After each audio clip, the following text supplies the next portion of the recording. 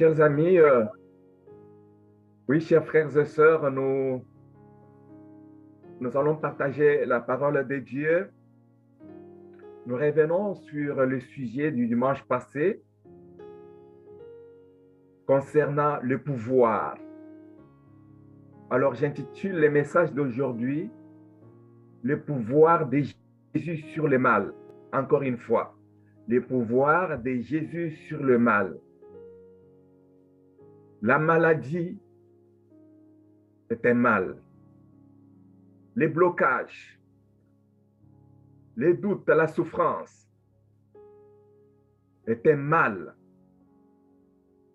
Le pouvoir de Jésus sur le mal. Chers frères et sœurs, qu'est-ce qui nous fait voir que Jésus est différent des autres prophètes? Il y a eu beaucoup de prophètes, Élie, Jérémie, Abraham. Il y a eu des milliers, des centaines de prophètes. Qu'est-ce qui nous fait comprendre et voir que Jésus est différent des autres? C'est le pouvoir qu'il exerçait. Et le pouvoir que Jésus exerçait dépassait l'entendement de l'homme. Jésus exerce le pouvoir sur toutes choses. Et la parole de Dieu nous fait voir que tout lui était soumis.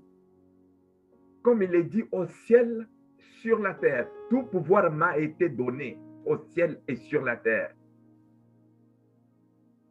Abraham n'a jamais dit ça. Moïse n'a jamais dit ça.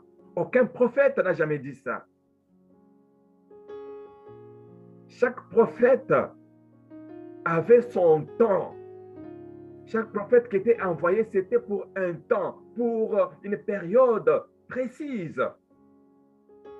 Un message précis, durant une période déterminée, dans le but de sauver, dans le but d'encadrer. Mais le pouvoir de Jésus, la mission de Jésus est une mission indéterminée, infinie, éternelle. Alors Jésus avait le pouvoir sur tous les mal. Alors comme il était venu, et une fois pour toutes, il donne aussi le pouvoir à ceux et celles qui les suivent. Il donne le pouvoir à moi et à toi sur les mal. Oui, tu as le pouvoir sur les blocages. Tu as le pouvoir sur la maladie. Tu as le pouvoir sur tout ce qui te dérange. Tout ce qui te dérange. Parce que toutes ces choses, Jésus les a trouvées. C'est-à-dire, Satan, il était à l'œuvre sur la terre. Avant que Jésus vienne, Moïse n'a pas mis Satan KO. Abraham, Jérémie, non, ils avaient une mission spéciale. C'est Jésus, quand il vient, il met KO Satan. Et il laisse son pouvoir à ses disciples. Chers frères et sœurs, nous allons encore relire aujourd'hui, c'est très important, dans Matthieu chapitre 4, chapitre 10, Matthieu chapitre 10 toujours. Matthieu chapitre 10, nous recommençons au verset 1, mais c'est le verset 5 qui nous intéresse. Donc Jésus, puis ayant appelé les 12 disciples, leur donnant le pouvoir de chasser les esprits impurs et de guérir toute maladie et toute infirmité. Il donne le pouvoir à moi, à l'Église, à toi. Voici les noms des 12. Chapitre, verset 2, 3, 4, c'est les noms des 12. Je ne peux pas les réciter. Je passe directement au verset 5, il n'y a pas beaucoup de temps. Tels sont les 12 que Jésus envoya, après leur avoir donné les instructions suivantes. Donc, les pouvoirs que Jésus donne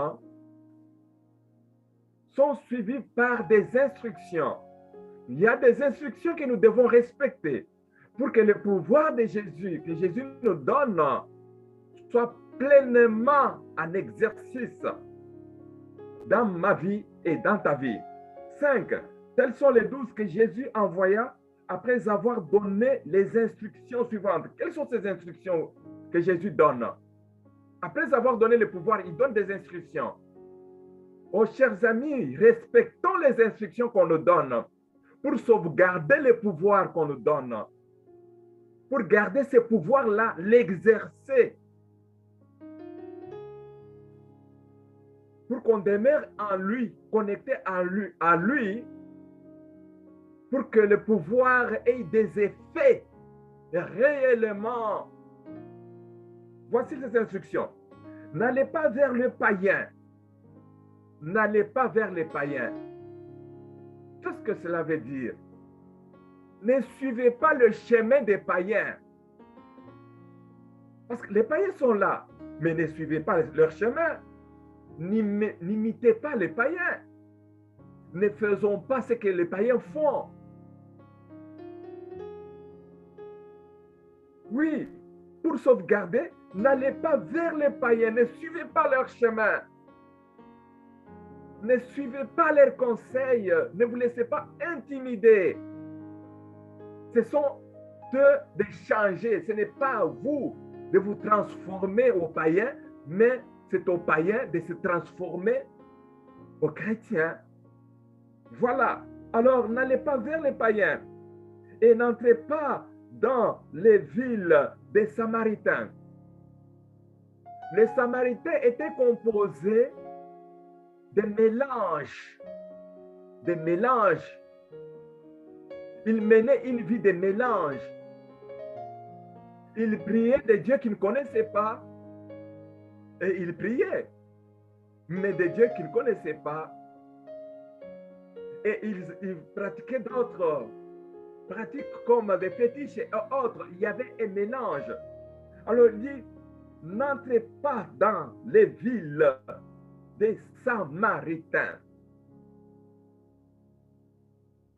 pour ne pas s'essuyer, pour rester propre en pleine force. Il dit, allez plutôt vers les brebis perdues de la maison d'Israël. Ceux qui connaissent la parole, qui ont la connaissance de la parole, à qui on peut parler et comprendre. Les brebis perdues de la maison d'Israël. Le Seigneur, Jésus nous a été envoyé, nous qui sommes les brebis perdues, pour nous ramener dans la bergerie, pour nous ramener dans la présence de Dieu. Les brebis perdues, ce sont ces brebis qui acceptent, qui ont accepté, qui ont écouté, mais qui ont une certaine faiblesse. Allez, ce sont les instructions. Allez, prêchez et dites. Allez, prêchez et dites. Le royaume des cieux est proche. Le royaume des cieux est proche. Jésus est là, au milieu de nous. Le royaume de Dieu est proche. C'est-à-dire les temps des miracles, les temps d'expérimenter la puissance de Dieu, les temps d'expérimenter la main de Dieu. Le royaume des cieux est là. Le moment est venu de jouir des avantages que Jésus nous a apportés, de jouir de la grâce, de jouir des bienfaits de Dieu. Il dit, allez prêcher et dites, le royaume des cieux est proche. Écoutez maintenant. Guérissez les malades. Oh, bien-aimés dans le Seigneur. J'aime ça. Il dit, guérissez les malades. De quelle maladie Jésus parle? Guérissez les malades physiques, les malades spirituels. Guérissez les malades. Mais Jésus ne nous donne pas les cours de la médecine et des moyens comment guérir ces malades. Il ne dit pas, ok, prenez telle racine, prenez telle plante, faites un mélange et guérissez les malades. Non, non, non, non. Chers frères et sœurs, il n'y a aucune formule mathématique de la médecine, aucune formule de la biologie, aucun mélange que Jésus nous révèle dans la Bible pour guérir les malades. Mais il dit, guérissez les malades. Cela doit nous interpeller. Cela doit nous interpeller.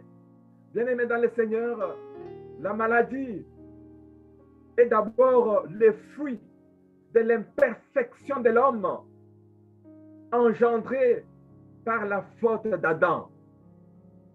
Lorsque Satan est entré dans la vie de l'homme, dans la vie d'Adam et Ève, c'est là que la maladie a commencé. Parce que la maladie, c'est le fruit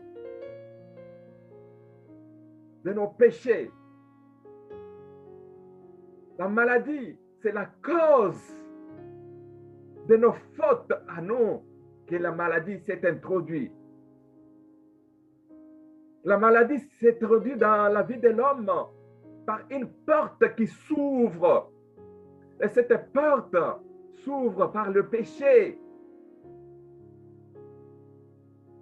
Chers frères et sœurs, Jésus nous donne le pouvoir. Il dit, guérissez les malades. Chers amis, avant d'aller plus loin, le pouvoir de Satan, qui existe encore aujourd'hui, est un pouvoir de destruction, La destruction du corps humain, la destruction même de la nature que Dieu a mis à notre disposition.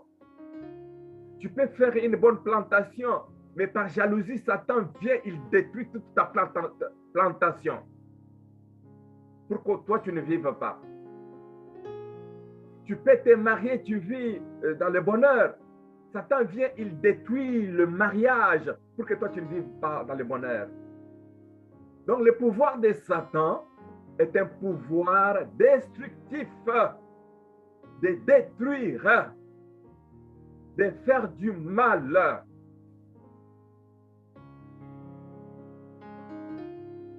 Chers amis, Jésus dit, guérissez les malades. Oui, toute mal est une maladie. Guérissez les malades. Écoutez ce qui est dit à l'origine. À l'origine, dans Genèse chapitre 3, 17 et 19, il dit à l'homme, puisque tu as écouté la voix de la femme et que tu as mangé de l'arbre au sujet duquel je t'avais donné cet ordre, tu n'en mangeras point, le sol sera maudit à cause de toi. C'est à force de peine que tu tireras ta nourriture tous les jours de ta vie. Il te produira des épines et des ronces et tu mangeras de l'herbe des champs. C'est à la sueur de ton visage que tu mangeras du pain jusqu'à ce que tu retournes dans la terre d'où tu as été tiré. Alors, vous comprenez vous-même que le problème, la souffrance commence tout simplement lorsque Adam et Ève ont désobéi. Ils ont oublié la voix, la parole de Dieu. Ils ont écouté l'ennemi. Satan parle encore. Il parle encore comme il avait parlé à l'origine. Il parle encore. Oui, merci Seigneur parce que tu nous donnes ton esprit, l'esprit de discernement, pour discerner la voix qui parle, la voix de Dieu. et obéir la voix de l'ennemi et la rejeter. Comme il avait parlé à l'origine, il parle encore. Il te parle encore. Mais en toute chose, dans tout cela, le Saint-Esprit est là pour nous révéler quelle voix qui parle. Chers amis, dans Romains chapitre 5, 12, il est dit, c'est pourquoi, comme par un seul homme le péché est entré dans le monde, et par le péché la mort, et qu'ainsi la mort s'est étendue sur tous les hommes, parce que tous ont péché et sont privés de la gloire de Dieu. Comprenez ce qui s'est passé à l'origine? Mais Dieu a utilisé plusieurs prophètes depuis Abraham pour pouvoir ramener l'humanité à lui. Mais le travail était fait. Même personne ne pouvait racheter l'humanité. Seul Jésus, le Seigneur, le Sauveur, l'envoyé de Dieu, a accompli ce travail. Jésus dit, guérissez les malades. Aujourd'hui, je parle que des maladies. Il dit, guérissez les malades. Guérissez les malades. Il y a des maladies que l'ennemi nous inflige. Mais il y a aussi des actes de maladie provoqués par Dieu lui-même dans le but de corriger, dans le but de conseiller, dans le but de réveiller. Chers amis, très important. Est-ce que cette maladie, est-ce que toi tu peux la guérir? La maladie qui vient de Dieu. La maladie provoquée par Dieu lui-même. Mais dans le but de corriger, dans le but de conseiller, dans le but de réveiller, ayons l'esprit de discernement. L'esprit de discernement est très, très important dans la vie des chrétiens. Très important. Alors la Bible nous révèle plusieurs actes accomplis par Dieu pour faire respecter son nom. Des actes même de maladie pour faire respecter son nom. Sa loi. Il y a beaucoup d'actes infligés à l'homme pour discipliner, pour délivrer. Dieu veut délivrer son peuple tellement que son peuple est un peuple à la nuque raide. Il inflige une maladie, la peste par exemple. Il inflige son peuple de la peste. Quand son peuple est frappé de la maladie, son peuple crie maintenant, Yahvé, Yahvé, commence à crier. Alors Dieu voit que, ok, là vous vous êtes réveillé. Mais ce n'était pas dans le but de détruire. Je vais vous prouver cela. Alors je disais ceci, la Bible nous révèle plusieurs actes accomplis par Dieu, des actes de maladie, des actes de punition dans le but de réveiller, de faire respecter sa loi, de faire respecter son nom, de discipliner même. Genèse chapitre 12 nous dit que Dieu frappa Pharaon et sa maison par des grandes plaies. Vous vous rappelez l'histoire? Mais l'Éternel frappa des grandes plaies Pharaon et sa maison au sujet de Sarai, la femme d'Abraham. Rappelez-vous, lorsque Abraham et Sarai fuyaient la famine, sont entrés en Égypte. Pharaon voit Sarah, elle était tellement trop belle.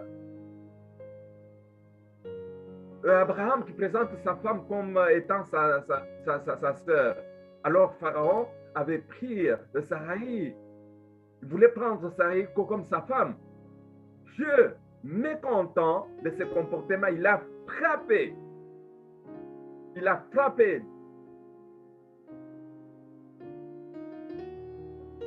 Il a frappé l'Égypte.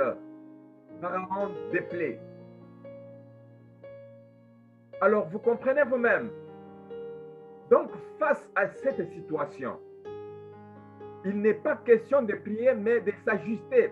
de revenir dans la voie de Dieu. La maladie infligée par Satan guérissait les malades. Le mal apporté dans le monde, le mal apporté dans le corps de l'homme, guérissait les malades. C'est mal apporté par Satan. Mais attention, il y a aussi des situations que Dieu permet lui-même. Mais quoi faire face à l'acte de Dieu lui-même? Tu vas prier. Tu vas faire comment? Là, on demande à la grâce. On implore la miséricorde de Dieu d'agir, d'enlever cette maladie, d'enlever cette souffrance. Chers frères et sœurs, on n'a pas beaucoup de minutes. L'Éternel dit dans Exode chapitre 9 ou 8, l'Éternel dit à Moïse et Aaron, remplissez vos mains de cendres, de fournaises, et que Moïse la rejette vers le ciel sous les yeux des pharaons. Et deviendra une poussière qui couvrira tous les pays d'Égypte. Il produira dans tous les pays d'Égypte, sur les hommes et sur les animaux, des ulcères formés par une éruption. Vous comprenez vous-même que Dieu est en train de punir et il se produit des choses que l'homme ne peut pas contrôler, Chers amis, nous devons continuer le dimanche prochain sur les pouvoirs de Jésus sur les mal, sur mon pouvoir sur les mal, sur ton pouvoir sur les mal. Je vais juste prier pour toi